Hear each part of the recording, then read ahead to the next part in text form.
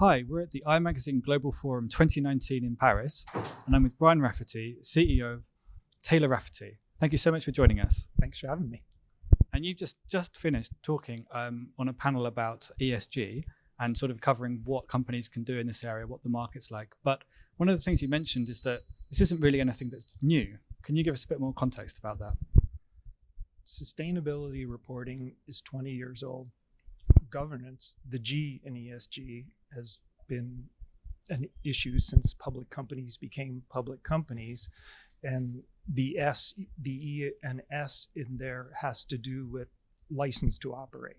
So businesses have been managing these components of their successful operations for my entire career.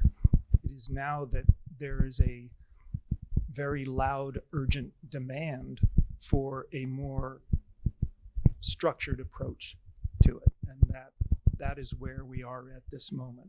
The opportunity and the challenge is for the investor relations teams to sort through existing operations, reporting, regulatory documents, and integrate them into their ongoing investment thesis, not to treat this as a separate standalone component, but to reflect it the way it is, which is part of the business, part of the marketplace, part of the capital markets.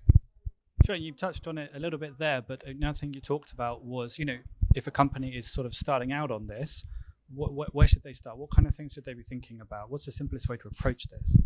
Yeah, I would go back to the way they present their business, the construct, which should always be upside potential, downside protection.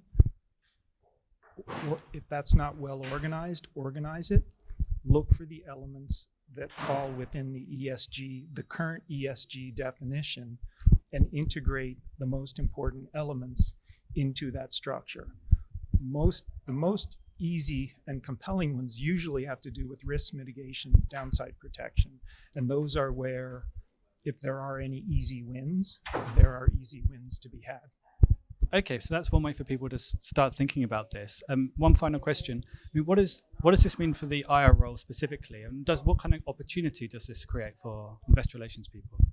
It can either mean more work in an environment where there is already too much work, or it can mean taking the lead internally in synthesizing information that has gone to a level of urgency in politically, capital markets, everywhere, and finding out how that can help the company advance its investment thesis, advance its investment prospects. And that is not an easy task with the amount of noise, the forms that are coming in to fill out, trying to figure out where you fit on different rating services.